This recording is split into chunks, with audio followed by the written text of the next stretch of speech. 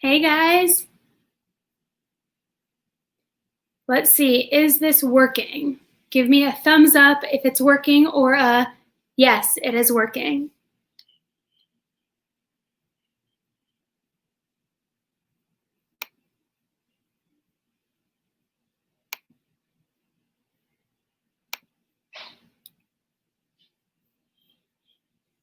Let me know if you guys are noticing any issues on your end because it's brand new software, so who the hell knows what's really going to happen. Let's hope for the best.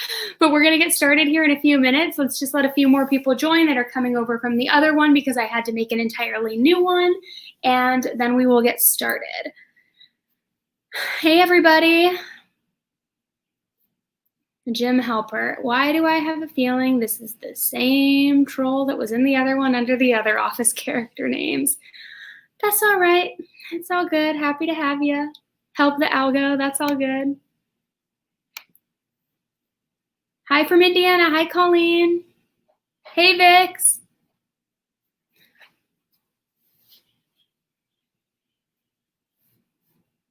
Ooh, I love this.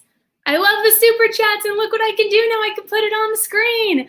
I'm so excited about this feature. I literally just discovered it, and so I'm like a child with it and think it's like so amazing. So thank you, Mr. P. I appreciate it, and thank you for starting the super chat trend. Hi, Carissa. Hi, Yvonne. Hi, Mia. Hi, Jessica. Hi, Betty Boop. So cute. Love that name. Hi, Gloria from Florida. Ooh, we're going to be talking about Florida today. Wait, is that Gloria? So who was it? One of you guys emailed me today. Let's see. Veronica about the Florida case, which we are going to be talking about. So let's just give it a couple more minutes. Another UK, Vicky Lee. Hi, Vicky Lee. Hi from Polk County, Nikki. Okay, so you know where we're going with all of this. We got Washington in the house, California in the house. I love this. Love this, guys. Washington, hi, Missy. All right, so guys, please bear with me. Like I mentioned earlier, it's brand new software. So for any reason we run into some speed bumps along the way, let me know, and I will try to fix it as soon as possible. But obviously, no guarantees because I'm not super tech savvy and I'm still learning. All right, Kevin, I can't. Okay, the whole cast of The Office is in here. The full fictional cast of The Office is in here. Hi, Nancy in Dallas. You see your connection speed on the screen. What does that mean?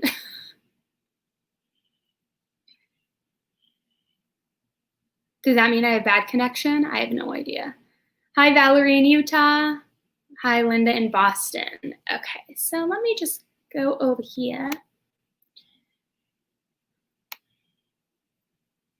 All right, so we have a pretty good crowd in here right now. So let's kind of start to kick it off. So if you're new here, welcome to my channel, 10 to Life. I'm Annie, for those of you who don't know me, and this is my true crime channel. So we'll wait for a few more people to join, but I just want to talk about what we're going to be covering today. So we're going to cover a lot of stuff because there has been so many updates that have just come out, like literally within the last day or two and even the last few hours. So we're going to talk about the BFF Massacre that took place in Florida, which is just horrific, and the new updates that came out of that just a couple of hours ago. We're also going to talk about news in the Vanessa Guillen case. And finally, we are going to talk about tons of new bombshell information in the ongoing Jeffrey Epstein and Ghislaine Maxwell case. So stick around for that because it is just like beyond. And we all know that case is just a shit show to begin with, but so many more updates there. As a reminder, hit that like button and subscribe to the channel if you haven't done so already and you enjoy this coverage. And like we were talking about a little bit ago, there's a brand new awesome feature on the channel called Super Chat, where you can send a highlighted message and it can go and pop across the screen. So if you guys want to support the channel or get highlighted, consider sending a super chat. You guys were on fire with it last live, and I really appreciate all of the love and support. So thank you. You guys are the best. And like I mentioned, working with the new software, so fingers crossed we don't run into any hiccups. So let's give it just a couple more minutes. But before we start, can I just take a minute to acknowledge that it is July 22nd. July 22nd, And we're all still here. So the world did not end like Lori Vallow and Chad Daybell predicted. And in all fairness, I guess we have a few more hours until the day is completely over. But I think it's safe to say that we are all safe. So let's just take a moment to acknowledge that the world didn't end. So unfortunately for you guys, you're probably going to prison for the rest of your life, but no easy way out like you thought. All right, let me answer just a couple questions in here before we get started. Where do you get your info from? I usually watch on TikTok. Is it from US news coverage? It's really from all over, Vicky. I get it from the US coverage, sometimes the UK coverage. I really just go down the rabbit hole, so to speak, and pull as much information and research as I possibly can. So I pull it from news sources, from articles, through interviews, videos, anywhere I possibly can. And then I, like the true sociopath I am, I stalk everybody's social media who is involved. And that's how I also dig up some fun little factoids that I share with you guys. Alrighty. So let's go ahead and start, because now it is we're 5 minutes in. More people can join. If you're joining a little bit late, feel free to rewind this, because we're going to record it and post it to the YouTube later, and we'll get started. So we're going to start with the case of the Best Friend Massacre that took place in Florida. And this took place in a city called Frostproof, Florida. And it's a 3,200 person city about 70 miles outside of Oakland. So around 10 p.m. on Friday, 3 friends who lived in Frostproof and who have been best friends for years decided they were going to go fishing at a lake off a dirt road near some cow pastures. There's orange groves and all of these other beautiful lakes. And those friends are Damian Tillman, who's 23 years old, Kevin Springfield, who's 30 years old, and Brandon Rollins, who is 27 years old. And this is something that they've done before, where they just go catfishing late night. They're the 3 best friends, and this is a regular routine for them to do. So Damian arrived first in his red GMC pickup truck, and Damian had traveled alone to the spot, and his car was facing south. So just try to get the picture in your mind. He pulls up, his car is facing south, and then Kevin and Brandon later arrive in a white pickup truck pulling up next to Damian facing north, right in the middle of the road. So if you can imagine, it's really 2 cars, facing complete opposite sides, as though they're talking to each other through the window, which I'm sure we've all done that with a friend before, or in a parking lot when we are pulling up to say some last words before we peel off and say goodbye. So when Kevin and Brandon arrived, they discovered that Damian was in the process of being murdered. And very shortly after, Kevin and Brandon were then shot as well. And here's where things start to get pretty eerie and take a little bit of a turn. So while Brandon's father was asleep at home, he got a call from Brandon, and he says that the moment he got that call, he knew something was wrong. He says he never calls his cell phone unless he's having trouble, and I know that there's going to be bad news. And unfortunately, that fear was soon realized. Brandon was saying to his dad, and I quote from his father, "Help, Daddy, help, Daddy." And his dad got dressed and drove to where he knew his son, Brandon, and his friends were going fishing that night, which was about 10 minutes away from the house. He rushed to the scene where he found his son, Brandon, shot and bloodied in the roadway alongside his 2 best friends. I mean, just so horrible and so tragic. After the phone call from Brandon, when he was at his house, his dad was in such a state of panic and in such a hurry to get to him that he forgot his cell phone at home. So when he came upon this scene and saw Brandon completely bloody and lying alongside his best friends, also wounded and bloody, not really sure what had taken place, he couldn't call anybody for help. So he quickly jumped in his truck and he drove to a convenience store, telling an attendant, "My son needs help, my son needs help." And the 17-year-old daughter of the store's attendant then went back with Brandon's dad to the lake and to the scene of this crime. He says when he got there, that's when he heard Brandon's cell phone ringing from inside the truck. And it was Brandon's mom, Dottie, calling. And his dad went inside, tried to reach it, and he said it was in the seat and that he couldn't see it because it was just completely covered in blood. And he says he got to the phone, and when he answered and it was his mom, Dottie, he said, "Please get here. Our son is dying," which I can't even imagine what that must have been like, not only to be on the receiving end of that call, but to be saying those words to your wife about your son and saying, "Get here fast. Our son is, unfortunately dying." And it's heartbreaking. Before Brandon died, he said something to his father about what happened, but the sheriff has declined to comment on what Brandon told his father because it was still an ongoing investigation. and it was potentially a really solid lead. And so they wanted to hold that information tight, but we will get there. So by the time the paramedics and the authorities arrived, all 3 men were dead, and the 3 close friends appeared to have been beaten and shot to death during this nighttime catfishing trip that they so often went on, something that was innocent enough and that, you know, they've done this before, and it's 3 best friends, 30 years and younger. They're going catfishing for the night. They're going down this dirt road in their pickup trucks. Like, it sounds like a country song, actually, but it ends in tragedy, which I guess some country songs do as well. Anyways, Sheriff Judd, who's been at the department for almost 50 years, said that he believes more than one person was involved in this attack. And he says he's been through a lot of murder scenes in his life, and that this ranks among the worst that he's ever seen. And that it really shocked him when he got to the scene. It was so gruesome. And he says, you know, my intuition tells me that you don't just stumble across somebody out here. This was planned. This was calculated. This isn't something that just happened by chance. And it's a dirt clay road, so in the middle of nowhere. And they actually refer to it as God's country. So you don't just stumble across these 3 best friends who are going on this nice fishing trip. There's something a little bit more sinister and foul play involved in this. And the word he used to describe the scene that he stumbled upon is that it was a massacre. The sheriff said that authorities were looking for information on a motive and potential suspects, and that's why they didn't want to release what Brandon had said in those final words to his father before he passed. And he says they didn't see any obvious signs of a drug deal gone bad, and that they still don't know why the murder occurred. Brandon's mother, Dottie, spoke, the one who received that horrible news on the other end of the line from Brandon's father saying, "Get here, our son is dying." And she says that an arrest could actually bring justice for the family, because she says, that was my only son. I'll never have another grandchild, nothing. My life is gone. And those words are just heartbreaking and so sad. And I can't imagine the devastation that went along with that. But this afternoon, new information emerged, and that wish for justice and some arrests is granted.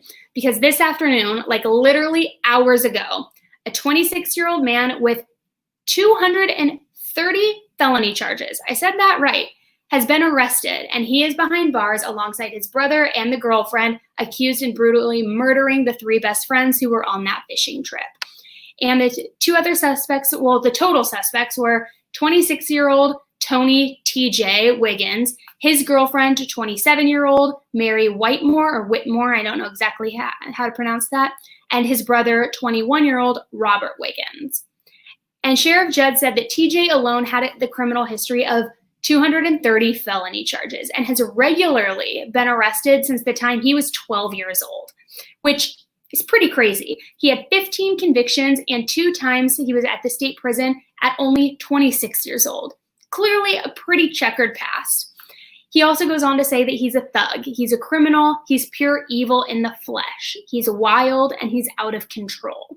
Before the triple murder, the brother only had 1 misdemeanor arrest, and Mary had no prior criminal arrests. So were they roped into this were they roped into this situation because of this horrible older brother that has this insanely crazy past? And investigators say that 10 minutes before the murder took place on Friday, Damien was at a nearby Dollar General store before meeting Kevin and Brandon at the Lake Streety, which is where they were going to go catfishing. And detectives said that Damien told the clerk he was meeting Kevin to go fishing. A plastic Dollar General store bag was found in one of the boys' trucks alongside a receipt dated from that night, which is what initially led detectives to go to the store. And there, detectives spoke to the clerk, who said the suspects were in the store and heard Damien say he was going fishing. And according to the clerk, they knew Kevin would be there. The sheriff said TJ directed his brother, who was driving that night, to head to the lake. And Robert stayed in the truck, the brother Robert stayed in the truck while TJ exited and confronted Kevin. And TJ punched Kevin and accused him of stealing his truck and selling the engine.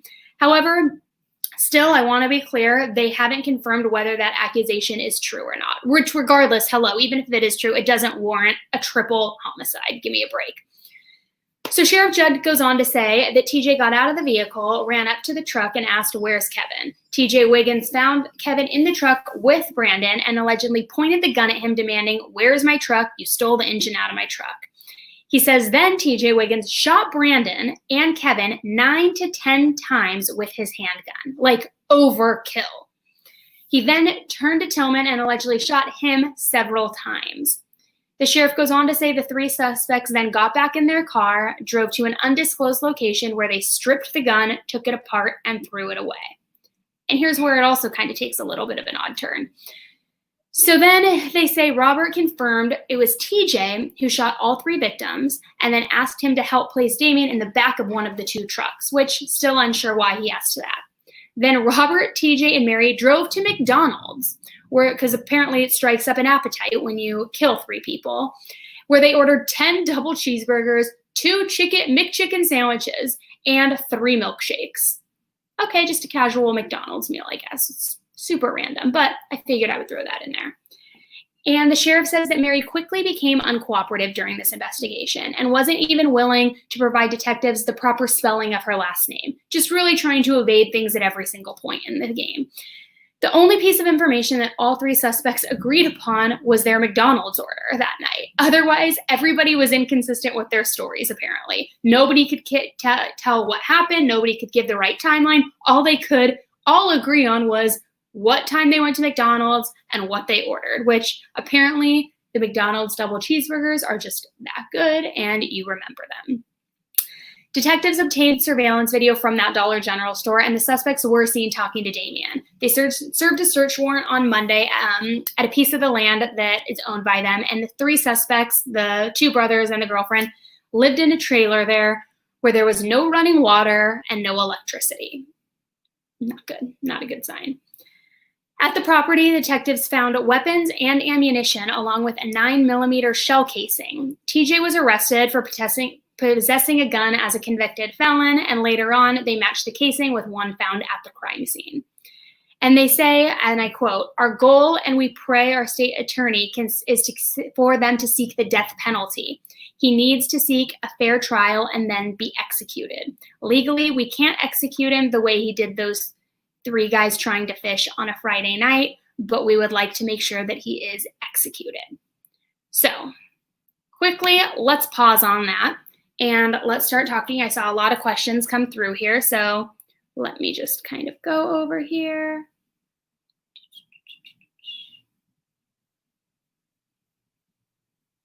Oh my God, hi. I'm gonna just throw this little guy on the screen because that's my husband. Okay, sorry, now he's going away, okay. Why was he, let's see, okay. So why was he not in prison and locked up? That's a great question. We don't know the details of the offenses that took place, and so we don't know why. Maybe he was and then released. He was then arrested for possessing the weapon and being a convicted felon, but we don't know the details as to what the exact charges were in that long string of convictions and what ultimately led to him being out or possibly released or on bail. I mean, I'm sure that more will come to light soon. I see that Kim says a lot of the charges were juvenile charges. Makes sense. All right.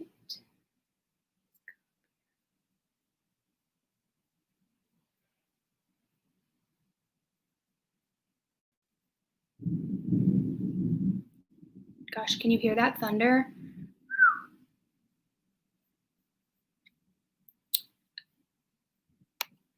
If this case doesn't warrant the death penalty, none do.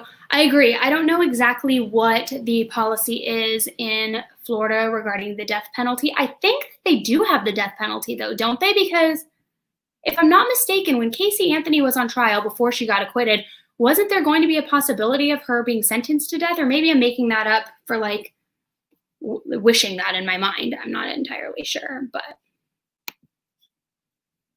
yes, it's loud. Sorry. There's like a huge thunderstorm that's hitting in New York right now. Okay, so let me just pull this up and let's kind of start rolling in right into some of the newer updates with our good friend, Jeffrey Epstein. I mean, God. And there's my air conditioner. Guys, I'm just like a loud, hot mess tonight. Sorry, I'm trying to keep it together, but apparently I can't. Yes, Florida has the death penalty. I live here. Great. Do you ever get nightmares from all these criminal cases? I don't, and I don't know if that makes me twisted, maybe? I don't know, but I don't get nightmares. Truthfully, I think it's because I find a lot of it interesting, and not in the sense of like methods of murder and all that, but more of like from a psychology point of view, that I like to understand it, but I don't know. When they ordered their 10 double cheeseburgers, TJ turned to his bro and said, "We were never there." Was the only thing they spoke about right before and after the murder. Thank you, Isabella. Super sticker. I love this super chat, guys. It's so fun, and I love that I can put it on my screen now. Thank you, Isabella. It's very odd that everything that they seem to be talking about is McDonald's reference. I mean, like, it's just so bizarre.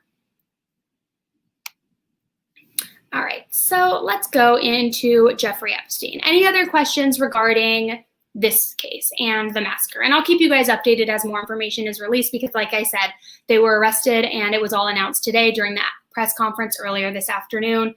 And so as more updates get released, which I know they will be in the short coming days or weeks, we'll make sure that we get those over to you. People love some Mickey D's. I love some Mickey D's. I'm a double cheeseburger fan myself. I'm not even gonna lie. Okay. So now let's roll into Jeffrey Epstein. And I know there are going to be a lot of opinions about this, which hopefully when I'm done going through what I'm going through, there will be no possible way that you think Epstein killed himself after something like this, because this is deeper than probably any of us thought. And I'm sure that you've all heard piecemeal information of things that have come through and little conspiracy theories here and there, but let's just really get down into it. So we're going to start, because it's like literally the Epstein saga and there's so much information, but we're going to start by discussing the U.S. District Court Judge Esther Salas. And Esther Salas became New Jersey's first Latina U.S. District Court judge in 2011 after she was nominated to the bench by President Obama and confirmed by the Senate. Last week, Judge Esther Salas was assigned to oversee a lawsuit brought by investors against, and I'm going to say this wrong, Deutsche Bank. I literally hate saying that so much because I feel like A, I'm saying it wrong, and if I'm not saying it wrong, I still just hate the word.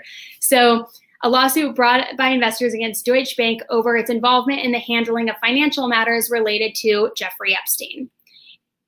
In the lawsuit against Deutsche Bank, investors claim they lost money as a result of the financial giant having to pay regulators $150 million for compliance failures related to Epstein. And we're going to go into a little bit of what those failures were and what all the shady activity was that went down with this.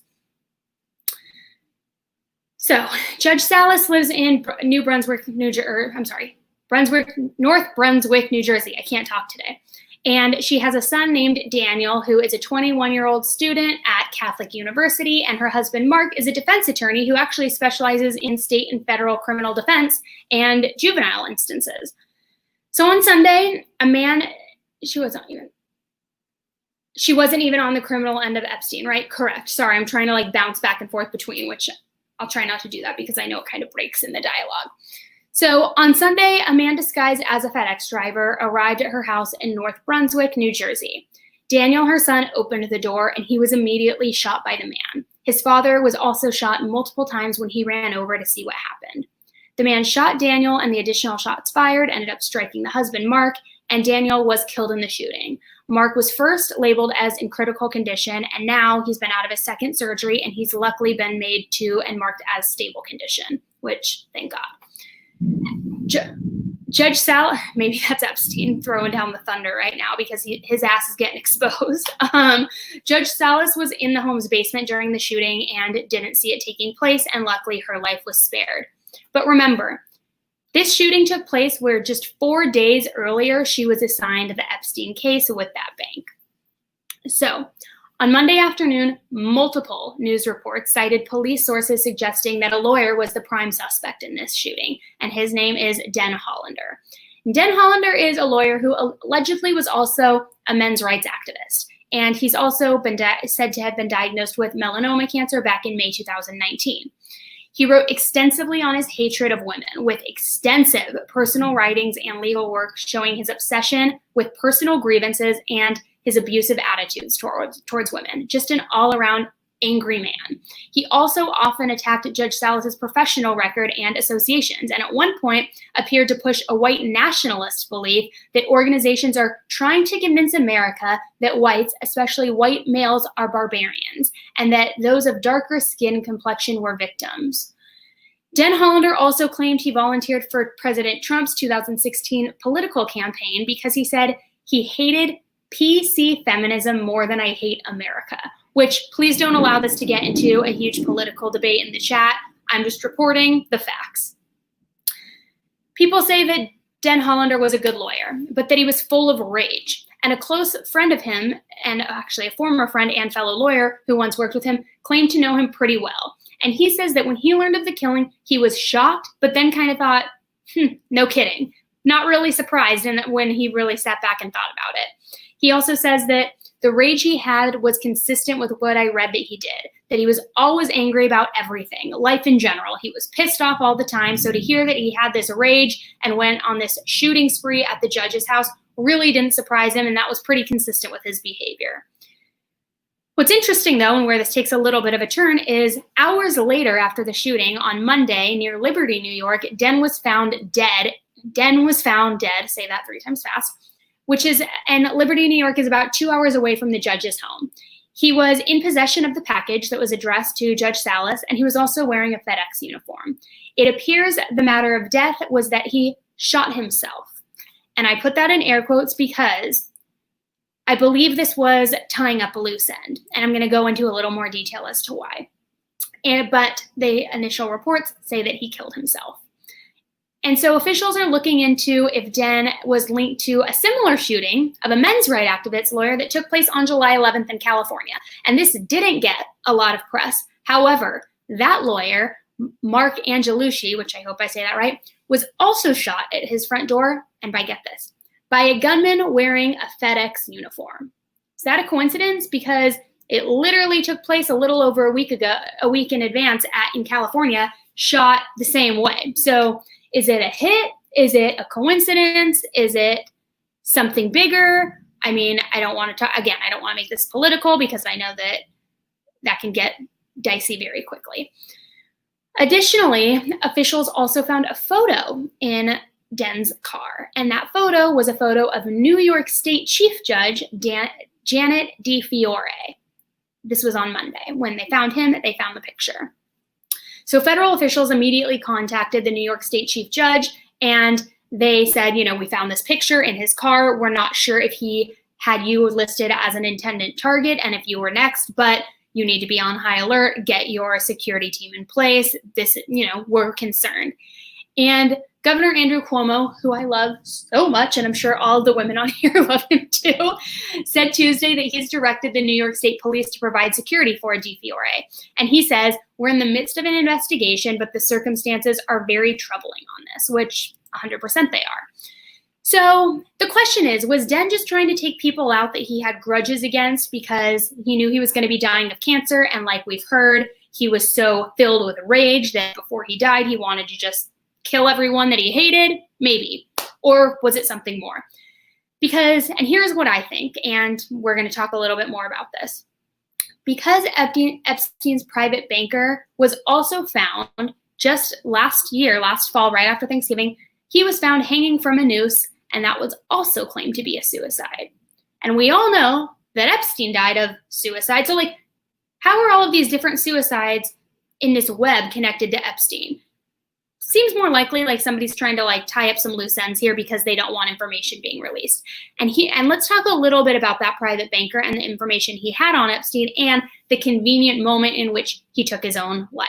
And again, I'm just going to use all of these air quotes. Give me all the air quotes because I'm not buying it. So Jeffrey Epstein's private wealth banker, Thomas Bauer, was 55, and he was found dead in his California home right before Thanksgiving last year. And Thomas Bauer brokered and he signed off on multiple millions of dollars in controversial Deutsche Bank Citibank loans for over 2 decades for Epstein. I hate that bank name. His death was ruled a suicide by the LA Medical Examiner shortly after his body was discovered. Reports say that Citiloan, and okay, this is going to get a little confusing, but I'm going to try to slow it down just so that I can convey all this information correctly. So reports say that Citi loaned Epstein more than $100 million, allowing him to make thousands of wire transfers from the bank as well. And Thomas Bowers, his financial guy, was previously the chief of Deutsche Bank's private wealth management, which is what Epstein was, of course, involved in that division. And he was also chief of the Citi Private Bank and ran Citigroup's global markets and wealth management business accounts as well. The loans to Epstein were shown as both personal and commercial. The Citi loans were confirmed by sources to amount to more than $25 million, and some were secured and some were not. And I swear right now, guys, the thunder is like hitting every single time I say Epstein's name. It's a little creepy. So when Thomas left Citi for Deutsche Bank, Epstein's business followed because, of course, he wanted to be in with this guy who's giving him all of these loans, even the unsecured ones. Then Bowers left Deutsche Bank in 2015. The FBI then subpoenaed Deutsche Bank in May for all the loans and accounts linked to Epstein, and Deutsche Bank closed Epstein's accounts weeks after the bank was served with those subpoenas because they were trying to hide things and they were trying to cover information. Deutsche had opened, I hate that word, Deutsche had opened more than 12 bank accounts for Epstein through which he received and sent wire transfers of millions of dollars, which we know now were unsecured, not secured, some paid fees, some didn't. I mean, all sorts of shady dealings, but it's all about who you know. Am I right? It's just crazy. So a federal law enforcement official said the FBI planned to interview all of Wall Street wealth fund managers who worked for Epstein, and that included Thomas Bowers. Epstein made Bowers and his finance. Do you guys hear that? Literally every time I say his name, it's kind of creepy, and it's starting to get dark. It's getting a little eerie in here. Epstein made Thomas Bowers and his financial institution hundreds of millions of dollars. It really didn't even matter that Epstein stiffed Citi for $30 million in defaults because he brought in so much new money and new blood in. So Citi made way more than it ever even lost, and that didn't even matter. He brought in lucrative clients to JP Morgan's private banking unit, and he was actually close to a former head, Jeff Stanley, who visited Epstein's private island as recently as 2015. Leon Black, Apollo Global Management's billionaire chairman, met with the financier also from time to time at the company's New York office, and he used Epstein for tax and philanthropic advice. Insert eye roll, like I can't. The news of the suicide immediately came after the FBI attempted to collect information about Thomas Bowers in connection with the loans from Deutsche Bank and Citibank and the loans that they had provided to Epstein for over the 2 decades. Very interesting timing. And we all know Epstein was also found dead, reported by hanging, although there was nothing in his cell except for a roll of toilet paper. And we also have seen that the way he was supposedly had killed himself, that, you know, if you look into it, there were fresh finishes on the hem of some of the items. Like, feasibly, it just does not appear to be possible that he committed suicide, which I want to hear what you guys think. So please throw that in the comments, whether you think it was a suicide or if you think these are hits, because I want to know what the general consensus is. But wait, because it gets even more interesting if you can believe it. Epstein's model scout, Jean-Luc Brunel, 72 years old, also vanished the same time Ghislaine Maxwell did. He was a 74-year-old talent scout, and he has been long accused of supplying underage girls to Epstein and of drugging and raping models himself. Epstein had invested over $1 million to help launch his Miami-based modeling center in return for a supply of girls on tap, as though it's like a beer at your local pub, and it's just anytime you want a girl, you just, here's $1 million, and anytime I want someone, send her my way. And according to one lawsuit, it even alleges that the scout sent Epstein 3 12-year-old girls as a sick birthday present. I'm speechless. Like, that's not a sick birthday present. That's not something that's like funny or like, oh, I'll send you girls, here's some 12-year-old girls. Like, it is, you are a pedophile, and it is disgusting. It's not funny. It's not a joke. Finally, so as I mentioned, he vanished the same time as Ghislaine Maxwell did, shortly after the suicide, and they were both like out trying to evade police, and they didn't want to be questioned because obviously they're guilty and they were complicit in all of these things as well. But on September 24th last year, he was found in South America after weeks of being in hiding, and he's currently under investigation, and it's going to be really interesting to see what comes out in the next few months now that Ghislaine Maxwell is also in custody. And again, I want to just warn you, I don't want to get political here, but I have to say this because it's the newest update. Just yesterday, Trump spoke out about Ghislaine Maxwell. And as we all know, there have been tons of photos of him with Epstein over the years and with Ghislaine over the years. So I was really interested when I heard what he had to say. And he was in a White House briefing on the coronavirus pandemic, and he says that he wishes Ghislaine Maxwell well. And that is a quote. He says, "I wish her well as she faces those charges for recruiting and grooming and ultimately sexually abusing minors as young as 14 years old. He wishes her well." And his quote exactly is, quote, "I just wish her well, frankly," quote.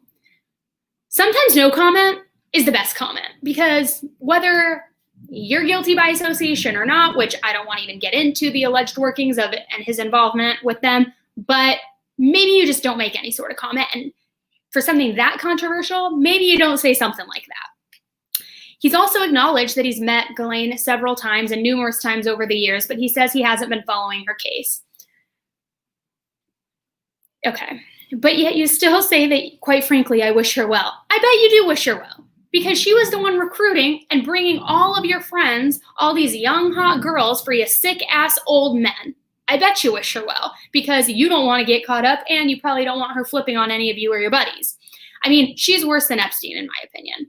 And it's going to be really interesting to see how long she lasts in prison and if she ever even goes to trial, which I'm guessing is not even going to happen, because apparently there's, instead of just COVID being a pandemic, there's also a suicide pandemic in relation to Epstein. So, and here comes the thunder rolling through again. So let's go back in here a little bit and see what you guys are saying. I know I had asked whether you guys think it's suicide, if you guys think it's a hit, what the general consensus is. Let's see. He was murdered. He's a pig, so who cares?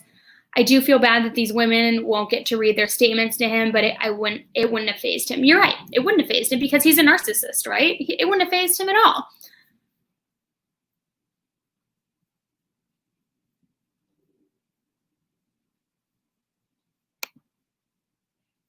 Let's see.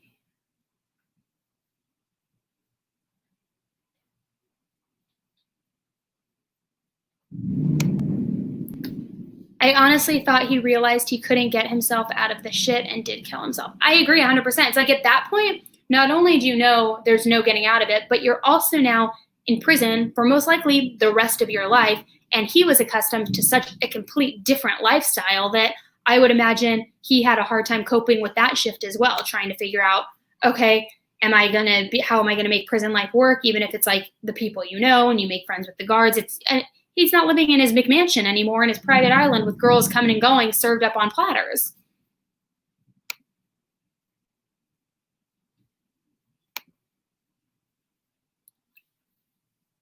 Someone definitely cleaning house. I agree 100%. It's like, why are all these people conveniently dying right when an investigation is about to be opened into something dealing with Epstein? It's not like anybody just randomly is being killed off because of their association with Epstein. It's right when somebody's about to be formally investigated or questioned about something, or in the judge's case, she's actually going to be looking into something, and then they're out and they commit suicide.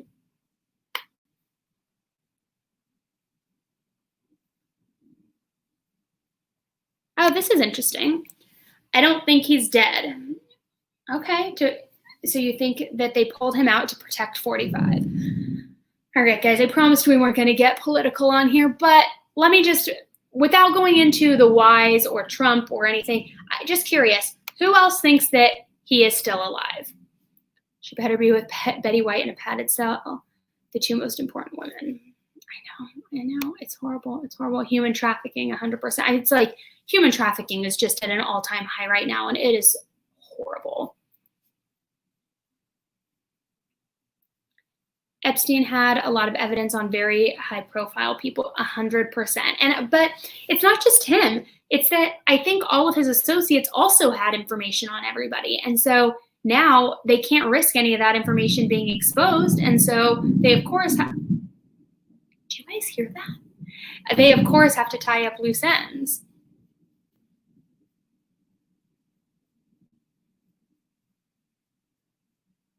I see a few of you guys do think that he could possibly still be alive.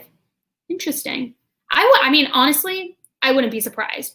I either think he was killed, which is probably my gut feeling is that he was killed, or that, yeah, he took off. And I see somebody mentioned having plastic surgery and taking off. And I 100% could see that happening too. But it's also kind of like, and I'm sure he hid a lot of his wealth, but even if he were to take off and assume a new identity, could he still live the lifestyle he once lived? Probably not. And is that worth it to him? Because again, he's such a narcissist. I don't know.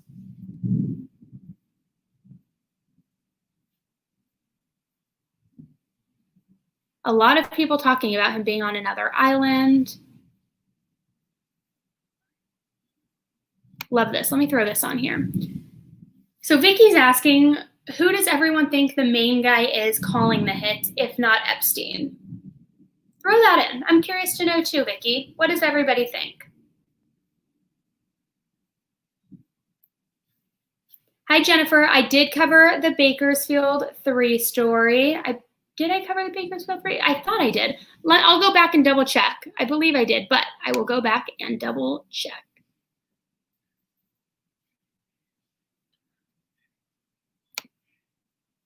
I think he's dead, but there's pictures of him where he's dead and his features don't look the same. I saw those too, right when the suicide first happened. And like the bridge of his nose was different. The folds here, like his Marriott, is it the Marriott lines were different here. I agree. Things did look a little iffy, but I don't know if that those photos were possibly altered for people to make it look like it was a suicide. I don't know.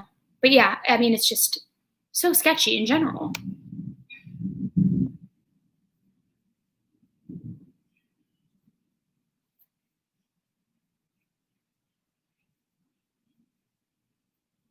All right, guys, we are getting political. All right, let's get in it. We've got some call outs here of the royal family. We've got call outs of Hillary. I mean, guys, if I'm going on the record right now, I'm willing to have this conversation, but if you hear that tomorrow I committed suicide, I did not. So look for whoever came after me, but let's have the conversation. I think very powerful people are involved. I agree.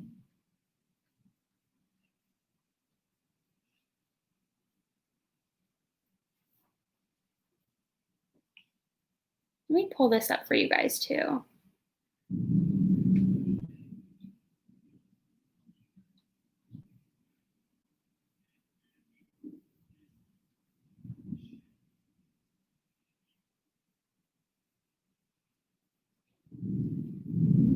So I just want to show you guys the mugshots of those suspects from that fishing trip. So that's one of them. This is the main guy, TJ, the shooter. Sorry to change course. This is the girlfriend, Mary.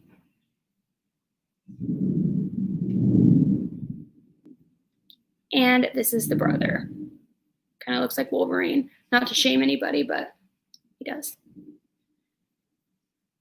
Oh, and then I took a screenshot of this because new information emerged today also that Ghislaine Maxwell paid 25 grand to fake news reporter Jacob Wool to smear Epstein victims and to get prosecutor Jeffrey Berman fired in an attempt to stall the sex trafficking investigation against her. But it all came out. So sorry, homegirl, it didn't work.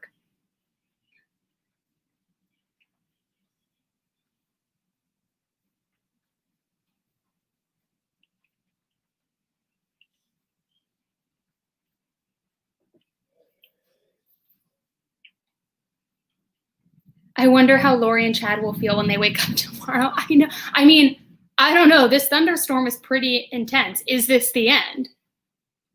Could be. It's either Epstein punishing me or it's true and Lori Vallow and Chad Dable were right all along, which, oh my God. And you know what? If they were true all along, I just might kill myself because that would be unreal.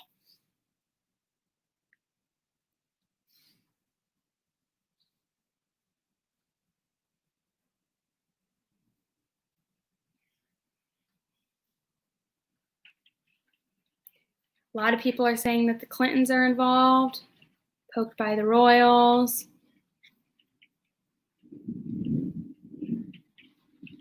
All right, so let's now kind of go switch gears a little bit and let's talk about the Vanessa Guillen news and what's going on there. So there haven't been a ton of crazy updates. However, and I'm sure a lot of you have heard, another soldier at Fort Hood was found. And I believe it was yesterday. So this is now 3 people in what, less than 1 month that have been found from Fort Hood, which is suspect. And this congressional hearing really needs to happen because there is no reason that this should be happening. And there is clearly foul play happening at that base, some sort of corruption or conspiracy, because how in 30 days are 3 bodies discovered? And they all were from the base Fort Hood. They were all soldiers at Fort Hood. It makes no sense. And that being said, I just kind of want to piggyback on that. And I'm really sorry about all this noise, guys. I guess it's like a cool effect in the background. I'm going to do a special video tomorrow about Cecily Aguilar and her husband, Keon Aguilar, and really just focus 100% on who they are, what they were like in Michigan, what happened when they moved to Texas, what really caused the estrangement between the two of them, not only then Cecily's part in the murder, but now how Keon is going on these interviews talking about how she wouldn't hurt a spider. Okay, she admitted to chopping up a body, but she wouldn't hurt a spider. Okay, and we're going to kind of give the whole breakdown and like a really magnifying lens onto who these 2 people are, especially psychopath, psycho bird Cecily. It is definitely somebody higher up involved in Fort Hood. Absolutely. Absolutely. And the girl in the car crash, there's just too much happening there to where it's, yeah.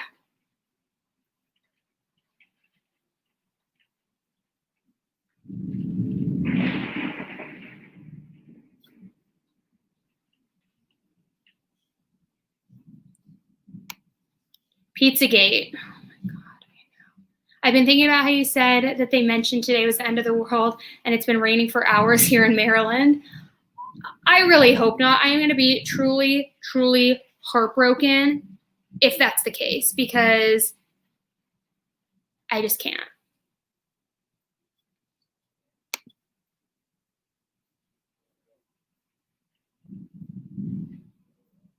Hi, check your message, your text.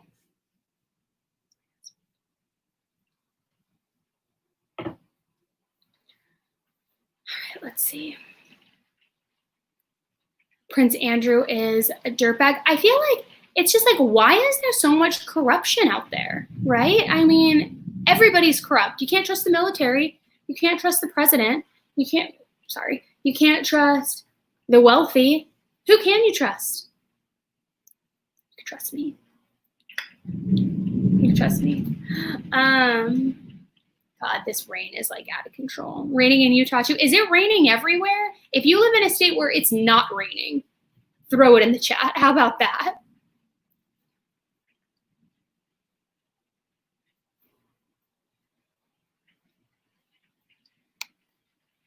There's been huge earthquakes in Nepal, China, and Fiji. Even Vancouver recorded. Guys, I can't deal with it.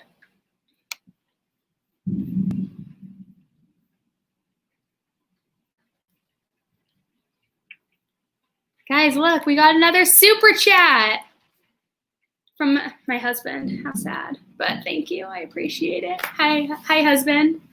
Hi, husband. That's so nice. I like how they're all highlighted. That's really cool. It's a brand new feature, so I'm getting overly excited about it, guys. So sue me.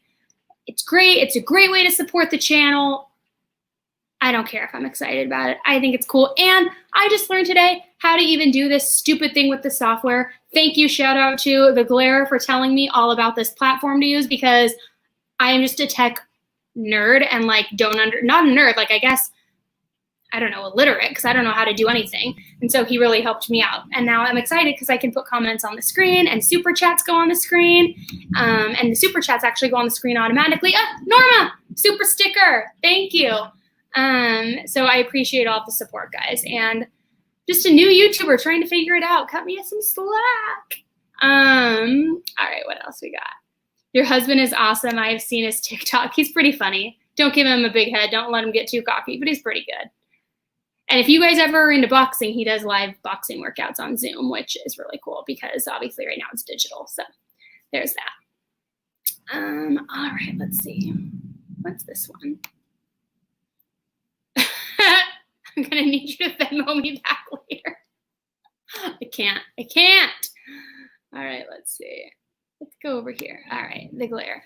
Powerful people believe they're above the law pretty often. Corruption is a big part of that reality, unfortunately. 100%, because I do think it's like the more money you have and the more wealth that you have, you do feel like you're untouchable in a sense and that you're above the law and that the rules don't apply to you because you can either A, buy your way out of the problem, or B, nobody's going to touch you because you're wealthy. It's sick. Sick, sick, sick.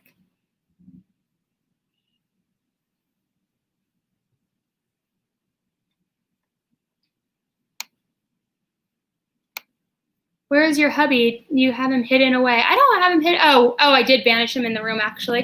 He's in the room eating Papa John's pizza, guys. And let me just tell you, we live in New York, so why is it always Papa John's that we have to order? Why? We live in New York where they have the best pizza, so why does he insist on getting Papa John's? Jeremiah, tell them, why do you do that? Anyways. You're doing an awesome job. Thank you, Dora. I appreciate that. That's so sweet of you. Thank you.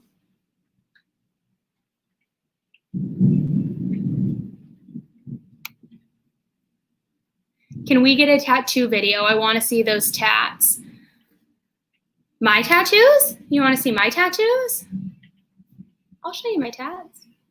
I think I have 18. God, when did that happen?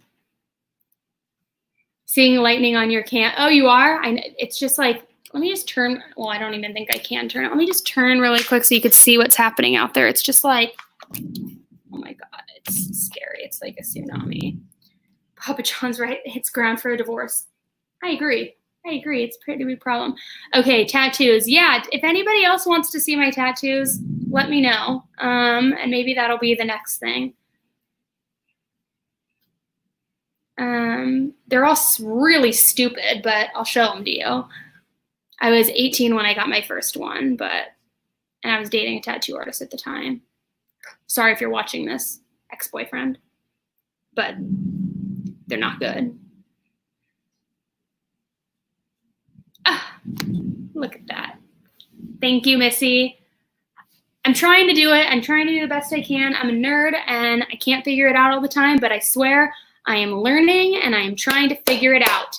And I appreciate all of the emails and comments that you guys send with feedback and ideas of how to better the channel, because I take that feedback and I really try to put it to use. So thank you so much for that. Michelle, thank you. Let's see. There's been a cover-up no matter how clean you get a crime scene, especially one where a girl is bludgeoned with a hammer. There has to be something. I agree with you 100%. And so I went off on like a tangent of something else, but here's something else. So the attorney for the Guillen family did talk today in a press conference, and she said how she, of course, that walked to the base and they showed her the barracks, the rooms, the armory that she worked in. And she said that the armory isn't an isolated little room. It's actually a huge open space where it's like little pocketed rooms, but like an open floor plan, so to speak. And she says there is absolutely no way that somebody could be killed in there and nobody heard the screams or saw anything, that it's virtually impossible because it, again, isn't just an isolated room. So she still is demanding for that congressional hearing, and I know she's meeting with Trump on the 29th. I promise that was just a complete harmless error, and I did not intend to say that. And so hopefully they do get that hearing, because I agree with you. There is something for sure shady going on. Thank you, Dora. I appreciate the support. We love you. The channel loves you.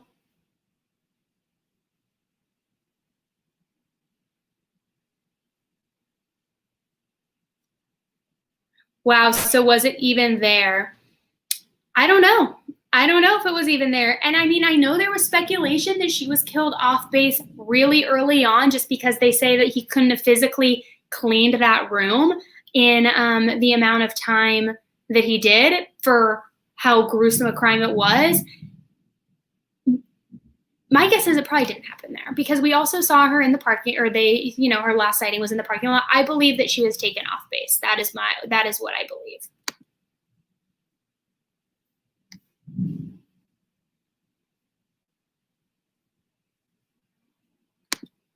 Let's see. I'd like to know how Alex Cox could carry and conceal a weapon when he was a convicted felon. When he killed Charles, he had been convicted of using a taser on Joe Ryan, hubby number 3. Yeah, that's true. Maybe, well, are you talking about you're talking about for the Charles murder or self-defense? I wonder if the reason he wasn't arrested and charged with concealing a weapon is because it was a self-defense charge, and because it was a gun, yeah, and then he had the bat. He said Charles had the bat. Maybe it was because it was a self-defense charge, and so they didn't want to prosecute him against that.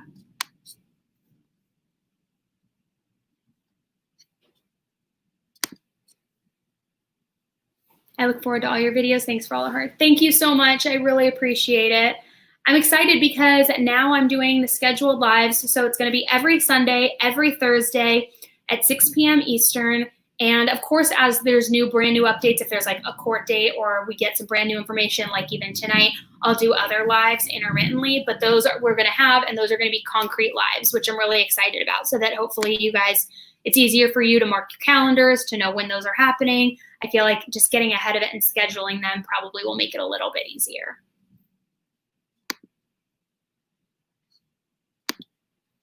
If Fahim Saleh had a professional hit and the man was still messy, you're right, 100%. And you know what's interesting that I read today too about Fahim Saleh? That the taser that Tyrese used to tase him when they got off the elevator to basically subdue him, that's apparently how they ended up tracking him. Initially, they said it was through the credit card from what he used to purchase at Home Depot when he purchased the saw and the cleaning supplies. But apparently it was through the taser and he ordered that taser in June. So it was premeditated. And I guess when you use the taser, it has, what is it called? Like anti-felon confetti or something like that, to where it spits out confetti and there's tiny, tiny serial numbers on that. And then you use those serial numbers to track the taser when it was purchased, and that's what led them to Tyrese. So, not so smart. Chandler, I love hearing your opinion. Given what we know right now, what do you think happened? What do you think about this body? Love you and your channel. Chandler, are you talking about Vanessa or Epstein or Fahim? Which one are you talking about so I can answer? And thank you so much for the super chat and the support. I appreciate it.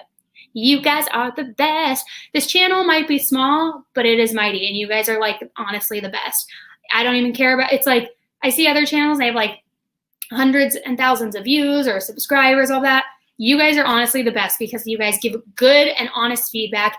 You participate in the chat. You guys are obviously so supportive and generous, and you do these super chats. Like, you guys are just amazing. And I would much rather have this than any sort of big, huge, crazy following. So thank you. Here comes my husband. He's making a special appearance. Okay, can we just appreciate that he's bringing me wine and his shirt? Dilf of Disneyland. I got him that for Father's Day when I was pregnant, because I birthed our child on Father's Day last year. Wife of the year. Wife of the year.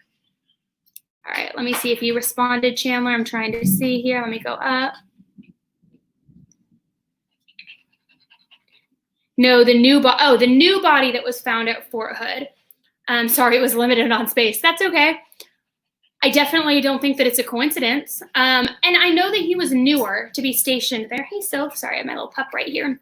And she's scared of the lightning. Come here, baby. Say hi. This is Sophie. She's 15. I definitely don't think it's a coincidence. I know he was a newer soldier, but I do think, and I truly believe this, that there's something bigger happening in Killeen. I think that town is very corrupt, and I've talked to a lot of people too who have lived there and grown up there, and they said it wasn't always like that.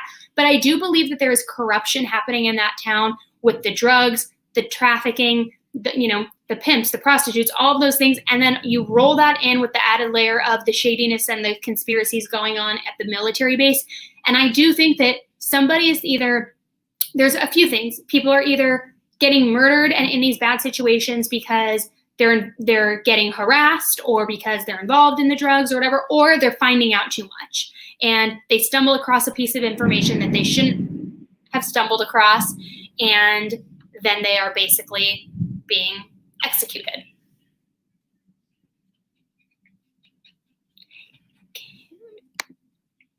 Okay, so I put this on the screen because I want to talk about this. Can you buy tasers like you can buy guns in the US in shops? Just walk in and buy one. Yes. It depends. I don't know if there's a different level to different tasers, but it is very easy to buy one, and here's how I know why. My dad, he's just a crazy loon. I love you, Dad. He's like one of the funniest guys in the entire world, and he just does shit for no reason. He bought my sister and I pink tasers when I think I was like 20 years old because he's like, you need this taser to be safe, even though we lived in Orange County, California, which it's like, yes, things happen, but like it's also kind of a bubble there. And he just bought them and gave it to us one day. And then I remember one time I accidentally, I don't know why I was traveling with it. I accidentally had it in my carry-on for something. And I don't know. Oh, I think I was coming to New York and like I was young and thought I was scared. And I didn't even get flagged in security, which this was also post 9/11. But like, it's very easy to obtain these, unfortunately.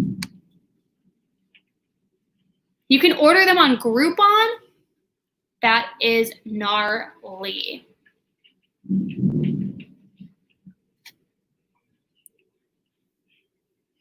What do you think Lori thinks now when July 22nd doomsday is gone? I don't know. By the looks of it outside, it very well could be here. I have no idea. It's windy. What is going on? It is July.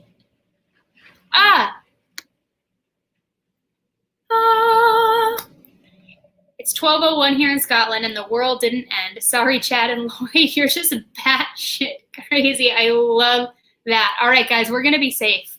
We're going to be safe because Leslie's confirming nothing happened in Scotland. We are good. God, it is like literally a monsoon outside. I'm just going to keep reading this chat. I got some wine. Let me know what other questions you have besides the tattoos, and I guess I'll show you my tattoos right now. So, where do I begin? While we wait before we talk about more cases, let me just show you really quick. I have a bird here, which was supposed to be a sparrow, but he did it green, so it looks like a parrot. No significance behind it, and if you look closely, the bird is wearing Nike Dunks. Also don't know why. Then I have a bumblebee, which looks like a black blob, holding a heart-shaped honeycomb. Ask me why. Couldn't tell you. Then I also have this butterfly that looks like a moth. And it has clovers because I'm Irish. My maiden last name is O'Brien. Ask me why. Couldn't tell you. Then I've got this Day of the Dead skull, which this one's it's pretty cool. It's pretty well done. But, I mean, he was Hispanic. I'm not. I don't know why I have this. I have this stupid, cheesy peace and love sign. I have a daisy that I got drunk off a lot of tequila on Cinco de Mayo with some of my best friends. I have a locket here with a ribbon that looks like an octopus tentacle. I have this, which instead of WWJD, it's WWGD. My grandma, we called her Grammy, and she passed away, and she was like the most amazing woman on earth. And so I have that. So what would Grammy do? So that anytime I'm conflicted about something, I can ask myself what she would do and how she would handle the situation because she was such an amazing woman. And then I have this black rose. This was one of my first ones. Again, couldn't tell you why. This, which is supposed to be the Irish claddagh, which if you've ever seen that, it's a heart with the hands holding it and a crown on the top, and that's because I'm Irish, and it's lifted and bleeding, and it looks stupid.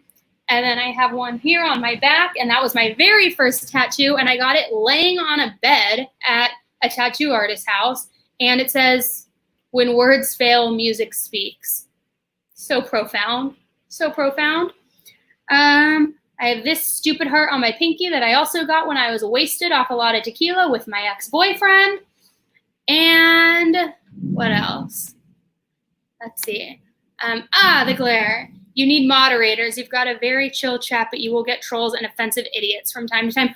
I've gotten them in the previous ones, and unfortunately, it's not been cute. And thank you for helping me moderate my last one. I need to figure out how to make you like a permanent moderator, but again, I haven't mastered that. So, and anybody else who's interested in helping me moderate or give me tips, I would greatly appreciate it. And then I think that's like it for tattoos. I have one on my foot too. Okay, what else? Let's see. More information on Chad Daybell's late wife and Lori brother, Alex. How did they die? So all of that is still under investigation, but it is under an active investigation. And what else is under an active investigation is Charles' death and Lori's other second or third husband, one of the husbands, Joe's death, the one that recently has been in the news and the media for under the suspicion of sexually abusing Colby and Tylee.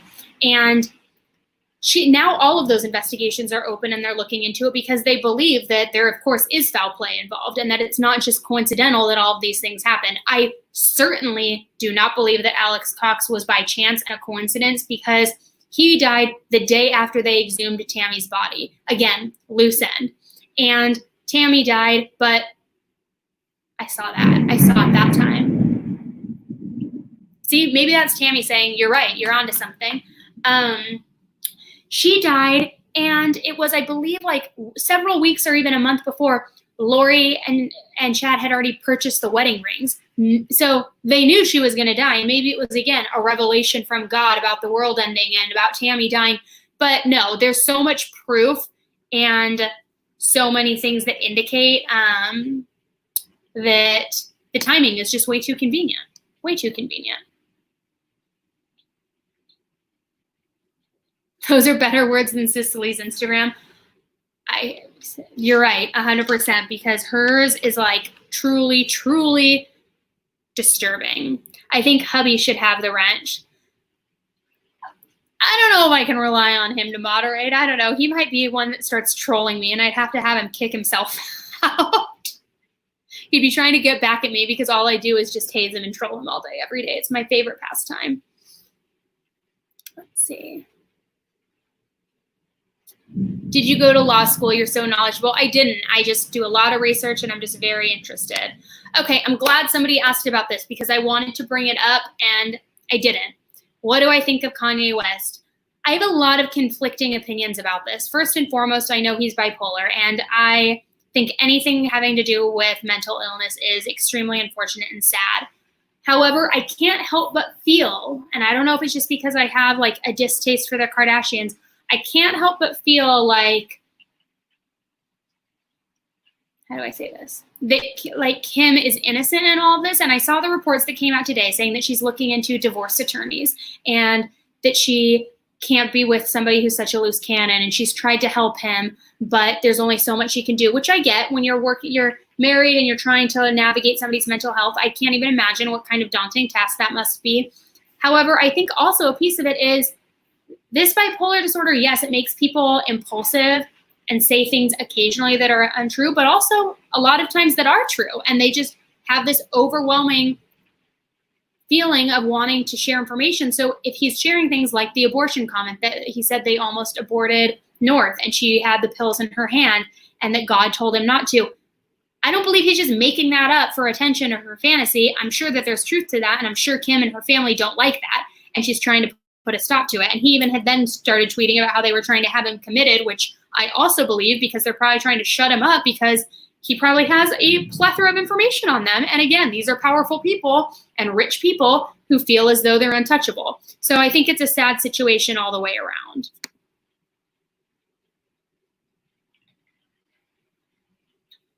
What happened to the person that said they were from Fort Hood that you were supposed to email? I had asked Scout to email me, and there were some comments on different videos after we recorded that one video of information, but I haven't heard personally like a direct reach out where they wanted to share more information.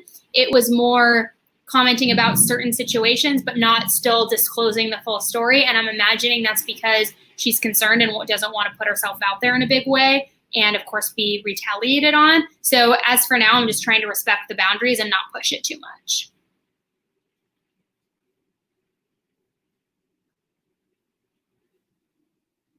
Bipolar disorder is so extreme and highs and lows, meds are important. I agree. And it's just a very sad situation. It's a very, very sad situation all around. But I don't think being in the public eye and somebody who is, I think being in the public eye and being married to somebody who personally and their family is so concerned with their image and their appearance and what they're putting out there is a recipe for disaster, 100%. That poor girl is scared, Scott. I agree. I think she is. And that's why I haven't wanted to push it. But a lot of you too, I don't know if it's in this video or if it's been in the chat, I haven't seen it yet, have been asking me to cover the Alyssa Cherny case. And if you aren't familiar with the Alyssa Cherny case, she went missing several years ago, and her sister is currently trying to advocate for justice because she believes the father is to blame and was involved. And she has her own podcast out there. Sarah's super knowledgeable. She's been like doing fantastic things on TikTok. And we are in the process of trying to work out something together because I don't feel quite comfortable reporting on it on my own without her being involved, just because it's an ongoing case and she's trying to get it to be prosecuted and more information. And I just feel like I'd rather have her involved. So we were actually texting last week trying to figure out the best course to approach it, because as you guys know, I'm very outspoken and I cast judgment and I share my opinions. And the big concern there is, of course, that she doesn't want him to then slap her with a defamation lawsuit or potentially hinder the case in any way. So it's something that it's a very sensitive case and a sensitive topic that we have to make sure we're really careful on. But we have been talking, we have been texting, and we're trying to figure that out.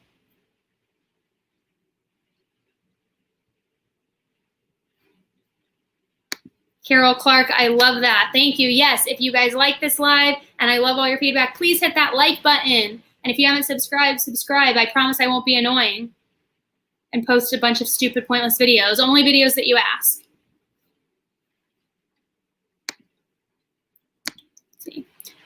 I don't think it was appropriate for Kanye to talk about Kim and him almost aborting North. I agree. I think that's something that certainly should be kept behind closed doors and in the privacy of your own home and between you and your wife and the privacy of your marriage. But I do think that the bipolar disorder probably is causing him to be a bit compulsive and to share things that maybe he normally wouldn't under certain circumstances, or if he was on the right medication, maybe he wouldn't. So I think that it's a little dribbles of truth that are coming out because of his unfortunate illness.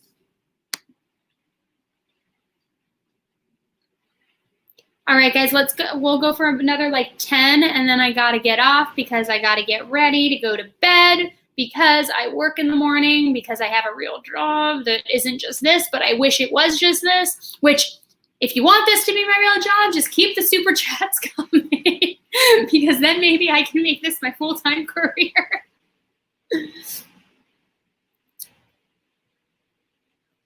Nat, we talked a little bit about the third soldier, not much. I'm still in the process of doing a lot of research on that, but that is coming shortly. And I'm doing another Fort Hood video during tomorrow's live, specifically around who Cecily Aguilar is, what her life was like before Texas, what really went down, what happened when they were all roommates and she started cheating with Aaron, and just the whole twisted love triangle that really rolled out.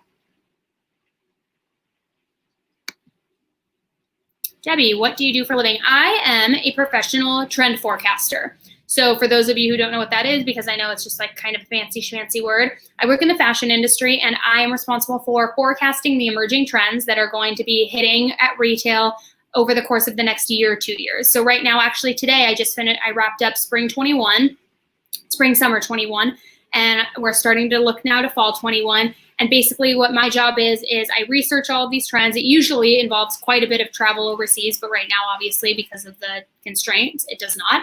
But I research all of these trends, research what's happening from a fabrication standpoint, print, color, what's really going to be the it items, and then I build a seasonal strategy that I present to the buyers at the retail stores, and it's really just used as a roadmap and a guide to as to what they should be buying for the season so that they can have great sales. So that is what I do.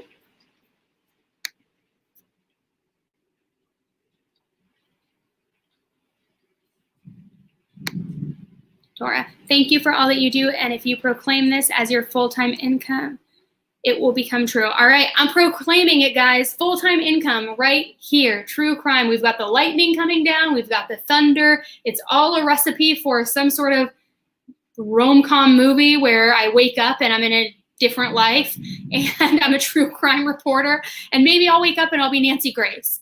Wouldn't that be amazing? Wouldn't that be amazing? You should get a PayPal so you don't have to give Google 30%. Moderators can drop the link in the chat for you.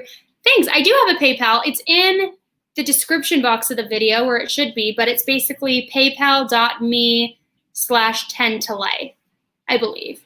But I think the link is in the description. I have a Venmo and I have a PayPal, which any support you guys send is, of course, always appreciated. And honestly, it's just unreal. It's amazing. I brag to my husband about how amazing you guys are all the time, and he gets super jealous, but it's great. Someone get Nancy Grace on the line so we can get Andy a job.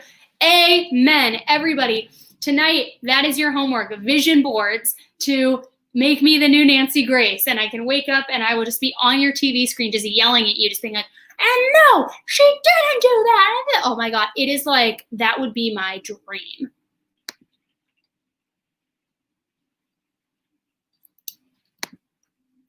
Haley, how do you do super chat? I believe it's just, and the glare, you tell me, or you can tell them in the chat because I'm not 100% well versed with it, but I believe it's an icon right below where you type the chat, and it gives you the option to send a super chat. And then that automatically turns a different color and shows up on the screen when it comes through.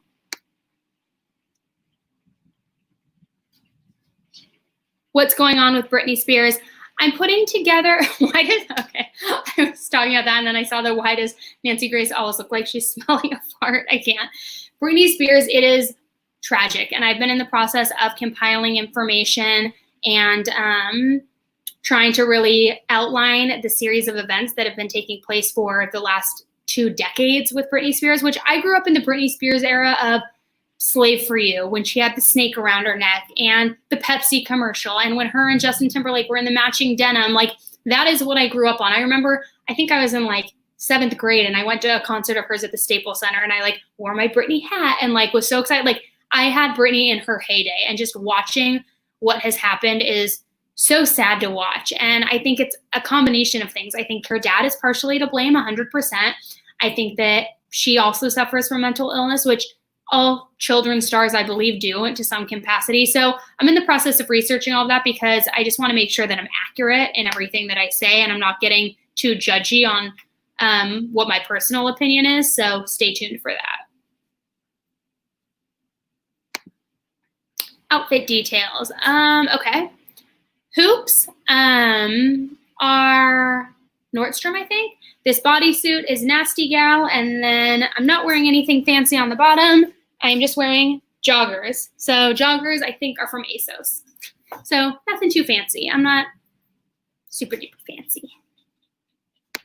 I like to just mix a lot of stuff. Oh, okay, perfect. Thank you, The Glare. Let me just put that there. So if you do want to send a super chat, no pressure, of course, because I'm not trying to make this channel like that. That is how you do it. So thank you for explaining. You are so much better than I am.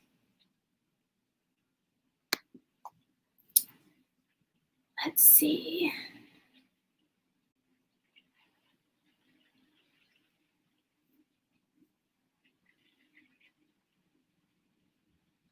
Stacy, I agree. It's a Crime is a really great channel too. I like watching Linda. She makes me laugh. I don't know why. I don't know. And this might be naive of me. I don't know if she has an accent of some kind, but I love hearing her talk. Something about her voice is very soothing to me, and I'm not entirely sure why. But yeah, I love that. This is Sophie. And then I have another one who looks the exact same. He's just a smaller version, and his name is Freckles. Yeah, I don't know how to share my outfit of the day details. I used to do that in the description box of every video. I'd put the link, but I stopped doing that. But I feel like I do need to start doing that again. Haley, yay, I figured it out. Thank you for all your hard work. Thank you, Haley. I appreciate it so much. I'm glad you figured it out. Thank you so much. Yeah, so it's not that complicated. I saw somebody comment that it's not that complicated. It's pretty easy. It's like bungee cords, so they stretch.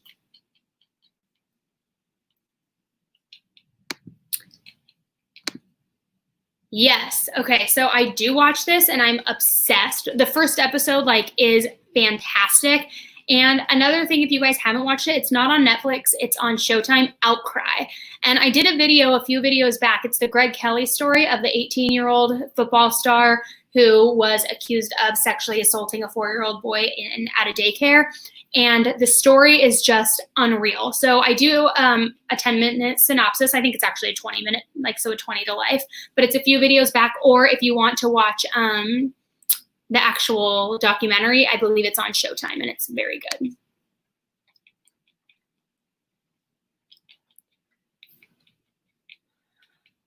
All right, so let's just quickly summarize everything today. I'm just gonna get my wine and just kick back with you guys for a sec. So we talked about the best friend massacre, and I'm so glad, you know what, as I was putting together all of the facts and researching that case, at the time, they hadn't arrested any of the suspects. So I'm so glad that they now have arrested the suspects involved and that they're being charged, and I can't wait to see what details come from that and when their trials are and what they really get charged with. And if one more person who's guilty pleads not guilty, I'm going to freaking scream. But stay tuned. It'll be interesting to see that. And then we talked a lot about Epstein and, of course, the FedEx hitman and how there was also a FedEx hit on the 11th in California of another judge, or I'm sorry, of an attorney. So very close ties there. I mean, there's just so much corruption and conspiracy happening there. And then we also talked about the Vanessa Guillen news. So if you came in at any point in the middle of this live, I'm going to post it later. Feel free to rewind and go back to the beginning. And then we kind of just talked about a bunch of stuff, little Q&A action. We talked about my career. We talked about my hideous and heinous tattoos. We talked about the monsoon storm that's happening out there because Lori Vallow and Chad Daybell predicted it, and now the world is ending. And now the world's going to end, and I'm just going to get freaking drunk and go chase my wine with some Papa John's pizza because apparently it's lit.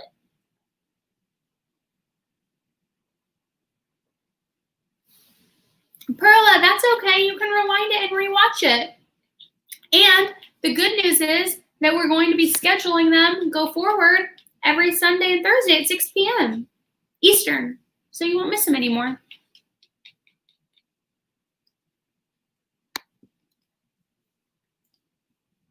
What are everybody's favorite true crime shows? Ooh, that's a good one.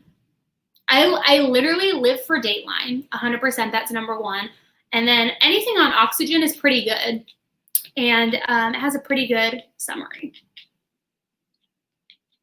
You crack me up, Hugo girl. Thanks. I'm glad that somebody finds me funny. My husband doesn't. Thank you, Vix. And I believe you and I can't tell if it's the same name. I think we were, tell me if I'm wrong, were we messaging earlier on Instagram? I think we were because I feel like your profile picture looks similar, but maybe it was somebody else. Maybe it's your doppelganger. But thank you so much for the support and the super chat. I appreciate it. And just so you guys know too, anytime I do a pre-recorded video that's not a live, I extract the audio and I upload it onto my podcast, which is also called 10 to Life. So if you're ever in the car and you can't watch a video, I know for me sometimes it's hard to actually watch things happen on YouTube. You can listen to the podcast, and it's on Spotify and Apple Podcast, and it's just called 10 to Life. And I believe the link is also in the description box of every video. Rita, I'm only seeing part of your message. Whose body was just exhumed?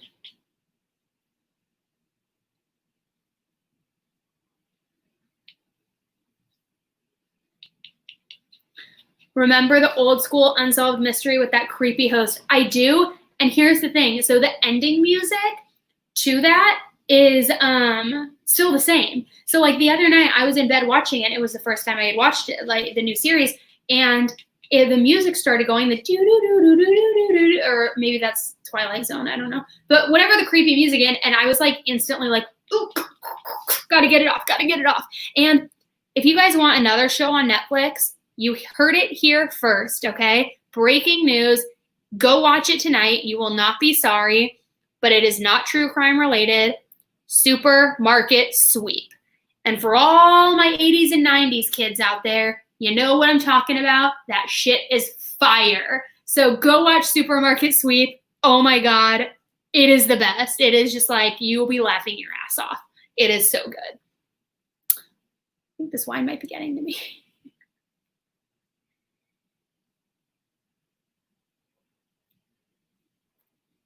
Alonzo Brooks. No, Rita, I haven't heard that, so I need to look into that. Let me put that into my phone. Which, that's my little man, my little Theodore. Ugh, a little smushy. He's the one that I birthed on Father's Day because I'm an amazing mother. Let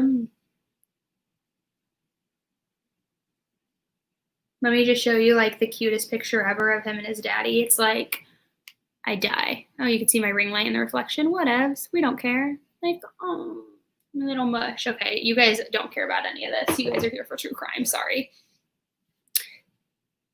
Supermarket Sweep. No, okay, so it's not new episodes. It's the old school original Supermarket Sweep, but they are revamping it, which I believe is why they brought it back. But it is the old school 80s, 90s, big hair, like, oh my God, it is so good. And not to say that like $250 or $5,000 isn't a lot of money, because it certainly is, but like these people just go like bananas for these competition. Oh my God, it's so good to watch. It is so good to watch.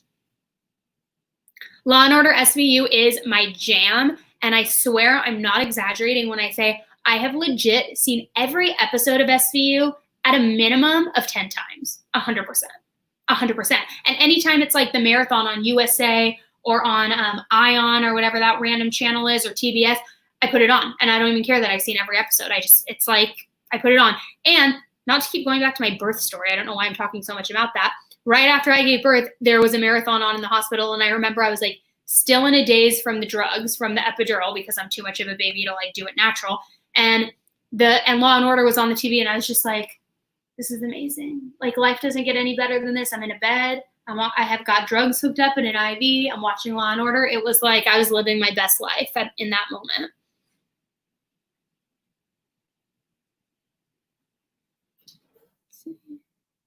Leah, you have a 1-year-old too? What's their name? A lot of CSI fans in here. I used to watch CSI, but I stopped for a while. I don't know why. Maybe I need to get back into that. And I love Criminal Minds. Yeah, mostly because I love Spencer Reid, and I think he's a little cutie. I keep bringing your comments up, Dora, but they're just, your questions are so good. So why didn't I go into police work and become a detective? Honestly, you know how people say when you're older, looking back, like you realize what it is you want to do, and sometimes it's too late? That's what it is for me. I went to school for journalism, and while I was going to school, I was working in the fashion industry. I was a buyer, and I worked on the operational side a bit. And so as I was progressing in my career, that's when I finished school. And at that point, I was like, well, I'm not going to do journalism. I'm going to just stick with this career path because I'm already so many years in, and I had an amazing corporate job at the time, and it was hard to walk away from. And at that point, I don't know that I had necessarily realized my true passion for this. And I knew I was always interested in it, but not necessarily what kind of field of work I would go into. And now looking back, like if I had a do-over, that would be it. I would study criminal justice, and I would do something in regards to either some sort of, I would love to be a detective, or go into law enforcement, or create a PI agency, or do something, because it's definitely 100% what I enjoy doing. And that's why, even though I work full time, that's why I try to dedicate myself and my time to doing things like this, because for me, I'm glad you guys love it, but it's equally rewarding for me, because it's my hobby, and it's truly what I'm passionate about and what I enjoy doing. I enjoy researching. I enjoy storytelling. I enjoy passing information on and being a voice for the victims when they unfortunately can't be. And so it's tough, because I do work. I work 8 to 6 for the most part every single day, sometimes longer depending on the season and what we're working on. And then I jump right on the computer and start researching, and then film, and then with a 1-year-old, I mean, it's a lot, but I am passionate about it. And it is, they always say, if you do something you're passionate about, you never work a day in your life. Well, I'm doing both, which is why the super chats help, because I'm doing both, or the donations through PayPal. That is why it helps, because that would be amazing to make this a career one day. But I think I have aged out. Was your son born this year? He was born last June. He was born June 15th, 2019. I see a lot of mamas in here. Congratulations, mamas. It's a lot of work. We somehow squeeze 50 hours out of a 24-hour day. I don't know how we do it, but we do it. I'm a nurse and nobody does it natural anymore unless you're a sadist. Amen. Amen. Oh, thank you. You guys are so nice. A lot of support in here. Ah, Cheryl, your son wants to do criminal justice and wants to be an FBI agent. I love that. I wish that I could say confidently that I would be smart enough to be an FBI agent, but I wouldn't be. But maybe I could like somehow do some detective work. You're still young. You don't have to do it. You're still young. You don't have to do it now. You can wait a while, but do what you love. I'm not that young, unfortunately. I've heard that people say I look like I'm in my 20s. I'm not. So by the time I went back to school, went through like the entry level and did all that, I would be well over into my mid-40s. Early 40s, mid-40s, I don't know. But still, unfortunately, a little too old to start from scratch. And especially when I have a child to take care of, it's a little too much.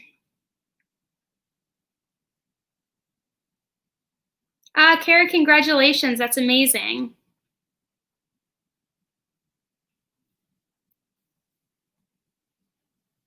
Your text tone is the Law and Order gavel. I love that. That's so funny. Mine used to be, hold on. I wonder if I still have that video on here. I don't think I do. I deleted it. A friend of mine bought my son a onesie that is the font of where it says executive producer Dick Wolf. And like, I did this whole like a montage video to the Law and Order intro song. And he was wearing that onesie and it was like hysterical. I think it's on TikTok. I don't even know. All right, what else, guys? Any other questions regarding any of the cases we discovered? I know we kind of got off path a little bit, which was fine, and I enjoyed it if you enjoyed it, because I like just talking to you guys, and I like all the questions, and I like learning about you. I went back to school and got my bachelor's with an 18-month toddler and pregnant with my second. Do it before you have kids. I have one kid already, Crystal, but that is great advice before I have two. The glare. Okay, I'm putting this on the screen because, oh my God, I think Stabler's coming back. There were things that happened a couple months ago here in New York before the shutdown, and there were paparazzi pictures of him and Mariska, I'm going to say her name wrong, Olivia, in the city, and it looked as though they were filming. So I think he's at least making a cameo of sorts, which I hope so, fingers crossed. But I'm sure that, I mean, I know they've had to halt all filming with everything, so I don't know if we'll see that anytime in the near future, but I do think it's coming down the pike.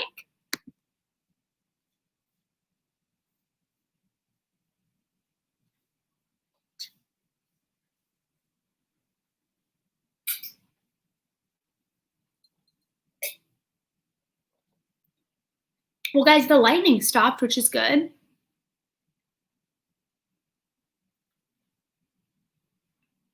We've still got about 200 deep in here, which is nice. I'm shocked considering we're kind of just shooting the shit, but I like it. Do you guys have any other questions for me, whether it's case related or not, just so I can knock those out for you before I have to get going? And hopefully you guys all come and join my live tomorrow. It's at 6 p.m. Eastern. We're going to be talking about more Fort Hood information. And by then I will have new updates too on this latest body that they have identified, or not, I'm sorry, that they have uncovered. In addition to all of the Cecily and Keon information, like a full-on deep dive into these people. Thank you, Leah. Yes, everyone in here should click on that like button. Please don't forget, or click on the subscribe button if you haven't subscribed yet.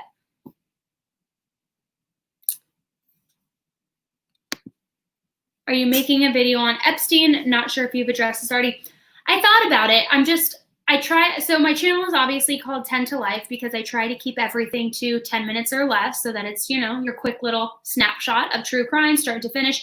And for him, it's literally probably going to be like an 80 to life or a 100 to life. But if you guys feel like you want a start to finish and the whole breakdown of Epstein, there's a lot of information, but I can do it.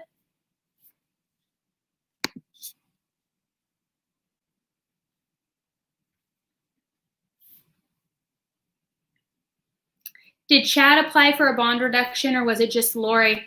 I believe it was just Lori, which, did you see it got granted, which, like, I can't. So the bond reduction went from $1 million to $150,000. However, she still has the $1 million bail in Fremont County for the other charges. So even if she bonds out there, she'll automatically get transferred from Madison County to Fremont County, which is the court that Chad's in, which is, I think, why she did this, because she wants to be transferred to the same prison Chad's in, and she'll still have the $1 million bail there. So she'll still be in custody regardless.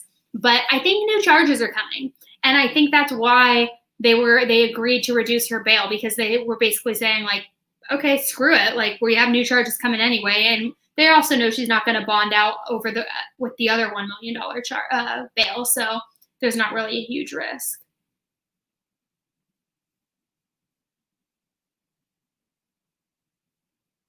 What has been your favorite case to research, and what has been your least? It's a great question, Hannah.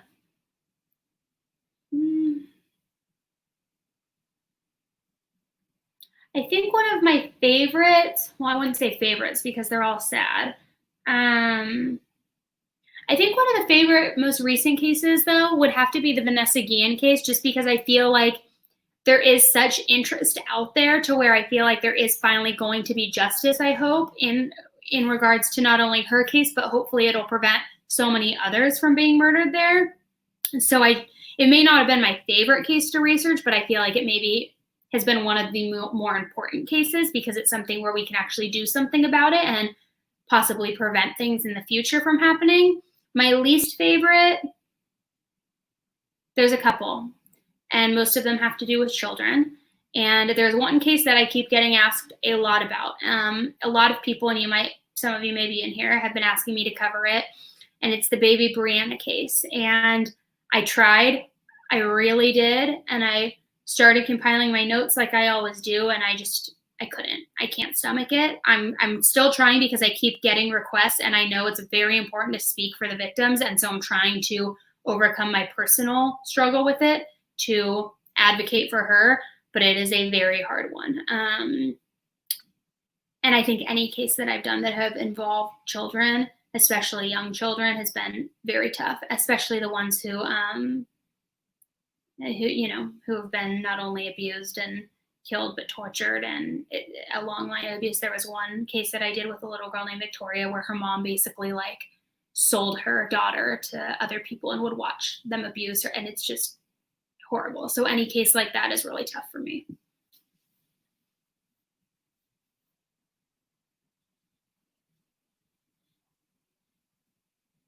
Do you think she would bail out? How do you get such a big bail? I don't think she will. I don't think she can bail out, because I think if they had that amount of money accessible, then Chad would have already bailed out, because he had only the one bail set at $1 million, and she had two. She got one reduced to $150,000, and she still has the $1 million. They would have already bonded out by now. So I don't think they've got the money to do that. All right, guys, so let's do I know I said this before, but let's do the last 5 minutes and we'll wrap up. Any questions you have, throw them in the chat. Thank you, everybody, for all of your support, whether you sent a super chat through, if you hit the Venmo link in my bio or my description box, the PayPal link to donate and support the channel. All of your support is it's so appreciated, more than you know. And even if you didn't donate, I appreciate you anyway, because look at this dialogue that we've had going for now 138 minutes. I mean, I finished work literally 5 minutes before I came on here. I was on a Zoom call for 6.5 hours today going over Spring 21. And where normally people would just want to get done with work and check out and drink wine and hang out and stuff, it's I was so much looking forward to this, because again, I enjoy talking about true crime, sharing my theories, sharing the stories, and discussing it with people and hearing your feedback, because I learned so much from you as well. So I just want to thank you guys. I think you guys are amazing, and I can't say it enough. Sword and Scale podcast is the best. I'll need to look into that. I've heard of it, but I haven't listened. Are you going to do the Cleveland kidnapped? Are you talking about the 3 girls? Or another one? Because I know there's unfortunately too much happening.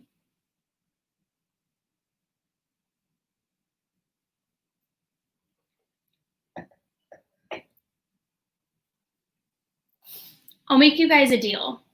I'll stay on here until I finish this wine, which I'm Irish, so I don't think it'll be too much longer, but that's when I'll get off and tune off.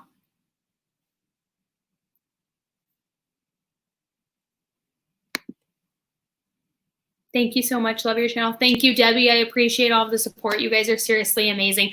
I can't believe I didn't even announce that in the beginning of this. So the whole reason I did a live today instead of waiting until tomorrow's scheduled one is because we hit 19,000 subscribers, which, guys, it's been a month that I've been doing YouTube and we hit 19,000. Like, you guys are honestly amazing because you're talking about it, you're liking it, you're sharing it, and there's a general interest for it, which is just all the more mind-blowing and amazing to me because I never would have expected that. And the whole way that this actually even got started wasn't because I decided that I wanted to start being a true crime vlogger, YouTuber, blogger, whatever you would call it. It's honestly because I have no hobbies, and I will admit that I have no hobbies. And my husband and I had a conversation like a month and a half, 2 months ago, and we were on a walk one day with our son, and he was just like, what do you enjoy doing? I feel like you need an outlet. All you do is work. Because I was like, it's starting to feel like Groundhog's Day, especially with COVID and the closure and being in New York. It's tough. He's like, you need a hobby. Like, what's your outlet? And I was like, I don't have any hobbies. I never grew up with any hobbies. I never liked sports. I hate working out. Like, what do you mean? And I was like, the only thing I enjoy doing is watching stuff about true crime. And he's like, so why don't you start talking about true crime? Go on TikTok, make TikToks about it. No mention even of YouTube at this point. And that's really how this got started. I was like, I guess nobody's even going to care about that though. And he's like, just do it for yourself. At least it's something that you're interested in. So that's what I did. I made my very first TikTok, I think the very end of May, where it was, I do my 60-second recaps of cases start to finish. I did that, and like, it was like wildfire and people loved it. And I was like, oh my God, this is amazing. Like, it was super encouraging. So then I was like, well, now I need to talk more about these cases. I can't sum it all up in 60 seconds and just give the highlights. So let me try and do a 10-minute recap, which is where the name 10 to Life came in. And I said, I need a platform to do that on. Should I do it on Instagram? Should I do IGTVs? No, I guess I'll just do YouTube. That seems easier, even though I knew nothing about YouTube and didn't even have a YouTube account, except for posting my wedding video for my family. And so then I started 10 to Life, and I started doing the 10-minute recaps around mid-June. And you guys like those too. And now we are 19K deep in a little over a month's time, and I am just blown away. So thank you guys. Like, honestly, thank you for the support. And like I said earlier in the video, and I've said it a couple times, thank you for the feedback. I appreciate it so much, and I learn so much from you guys. Even when it's comments saying, like, I had one girl comment on one of my videos about Megan Boswell, and I was reading something from a source saying how she had called out that, like, her family, they're not gypsies or something like that. And she said, gypsies is a slur for Romanian women. Like, you can't say that. And I didn't know that. And so I appreciate the feedback and the constructive criticism, because I'm learning how to not only better the channel and better how I deliver information, but better myself and my knowledge and my awareness of certain things. So I just want to thank you guys again. And I appreciate it more than you even know. And I appreciate it too, because not only am I learning, but like, you guys are giving me an outlet to actually have a hobby and express that hobby and talk to people about it who share the same hobby. And that's amazing to me, because before this, it was literally Groundhog's Day, and I was waking up, I was working, I was tending to our son, I was going to bed, waking up, do it like over and over and over. And it's just been really nice to have this, and it's helped my sanity a lot. So thank you guys. I appreciate it beyond measure.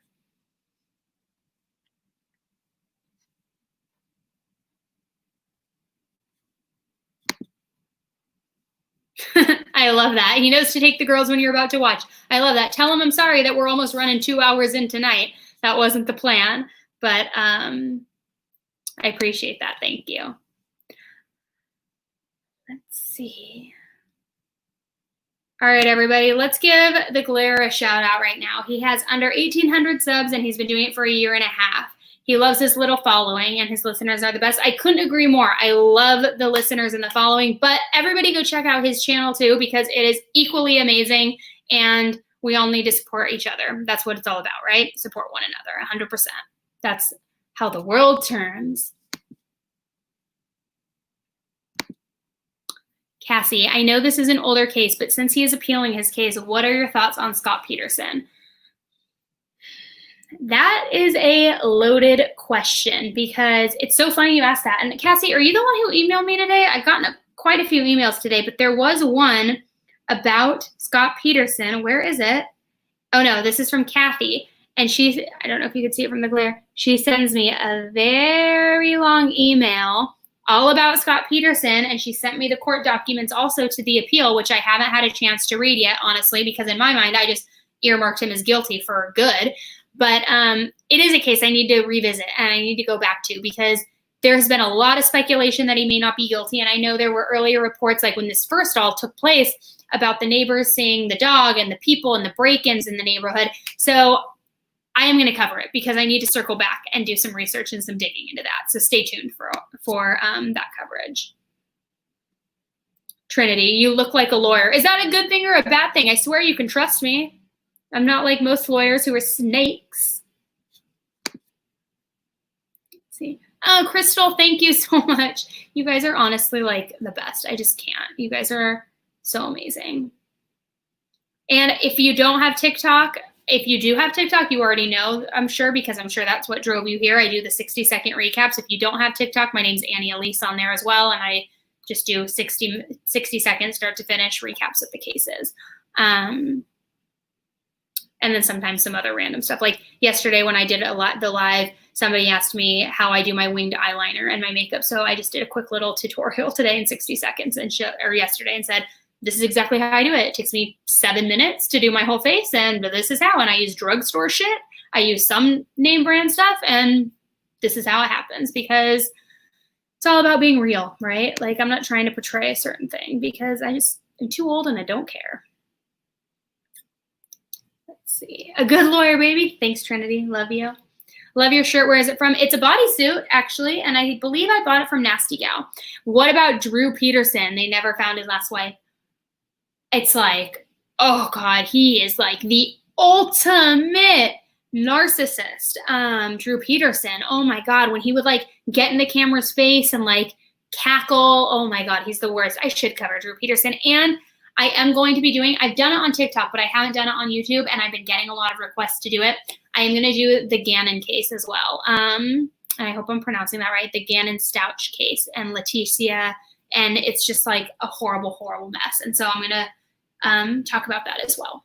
So I think I should be, probably by Monday it'll be uploaded. I haven't even started recording it yet, but I have all of the information anyway, so that'll come.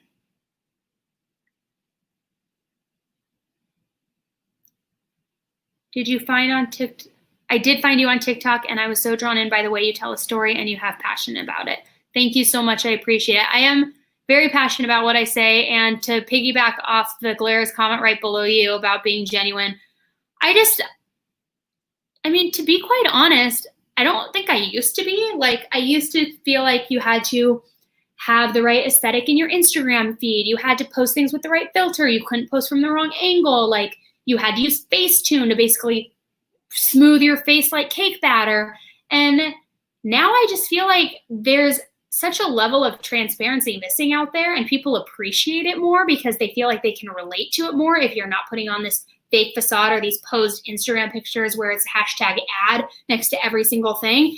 And that's why I'm not trying to that's why I don't link my outfits really anymore. I did in the beginning, which I wouldn't do it just like for a partnership. It's just because I want to let you guys know where I got it.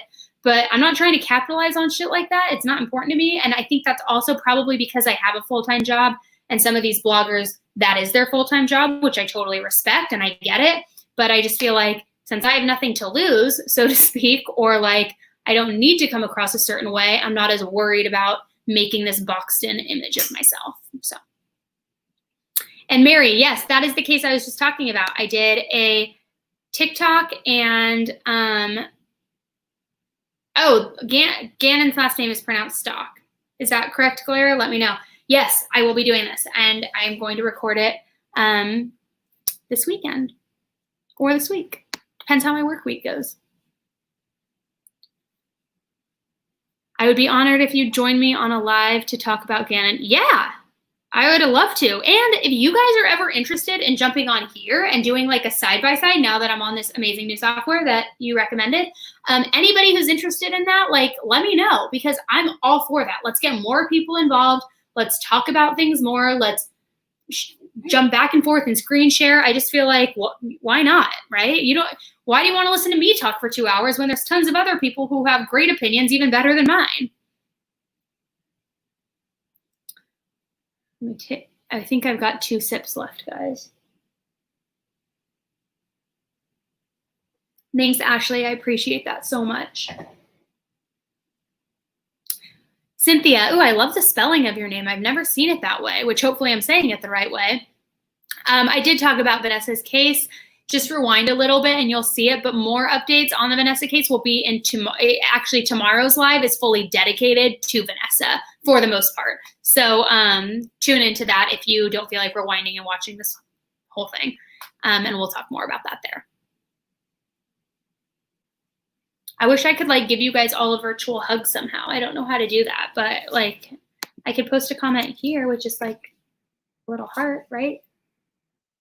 Love you guys. You guys are amazing. I can't believe you've been watching this whole time. Like, it blows my mind, and I appreciate it so much. My husband's probably going to kill me, and he probably ate all the freaking Papa John's, which...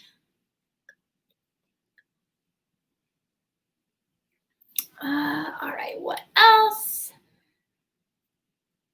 Any other questions you guys have? Thank you, Roxanne. I appreciate it. That's so sweet. If you guys haven't yet, please like that video, comment, share with your friends, send the link to them, subscribe if you haven't. Let's get more eyes because we want to advocate for the victims, of course, and that is what it's all about. It's not about a source of income. It's not about a source of popularity. It's just a source of spreading awareness. And if you want to follow me on Instagram, my name on Instagram is _AnnieElise. I post a lot of the videos that I post on here, I'll post on there as well in the form of an IGTV. And then I also give more insight, obviously, into my personal life. So there's pictures of our family and our trips and random things day to day, like a normal Instagram account.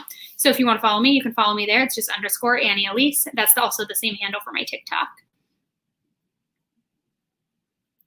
Have I covered the Gabriel Fernandez case? I haven't yet. I didn't know if I should cover that because I know everybody at this point has seen the documentary and is pretty well aware of what went down and what the facts are. But if you guys feel like that's something you want to see and if you want to see my take on it, I certainly can. Just let me know. You're right. That is a valid excuse to order a real pizza. I should order Joe's or Ray's tonight, 100%. Although it's already 8 o'clock. Wow. All right. I think Real Housewives is on tonight. Sorry. I'm like a reality TV junkie. All right, guys, that is it. So thank you so much. I appreciate you guys. I appreciate the support. Love you. See you tomorrow, 6 p.m. Eastern. It won't be so much like this Q&A. We'll actually talk full true crime. We'll talk Vanessa Guillen updates. We are going to talk about Cecily Aguilar, Keon Aguilar, start to finish, how he's now standing by her side, even though she totally cheated on him with his friend Aaron when he lived with them. And like, it's just beyond. I went like down a crazy rabbit hole of her. So it really is looking at her with like a magnifying glass and her marriage. So we're going to talk more about that tomorrow at 6. Thank you guys again for the support. Thank you for everybody who supported the channel through Super Chat or Venmo or PayPal in those links in the description box. I greatly, greatly appreciate it beyond measure. And I will talk to you guys soon. All right. Have a good night, everybody. Stay safe and stay safe until midnight because whatever time zone you're in, because apparently that's when the world is supposed to end, according to Lori Vallow and Chad Daybell. But I'm in New York. It's 8 o'clock here. I'm still here. We've had people in Scotland say it's past midnight. They're still there. I think we're pretty safe. All right, guys. Have a good night. Bye.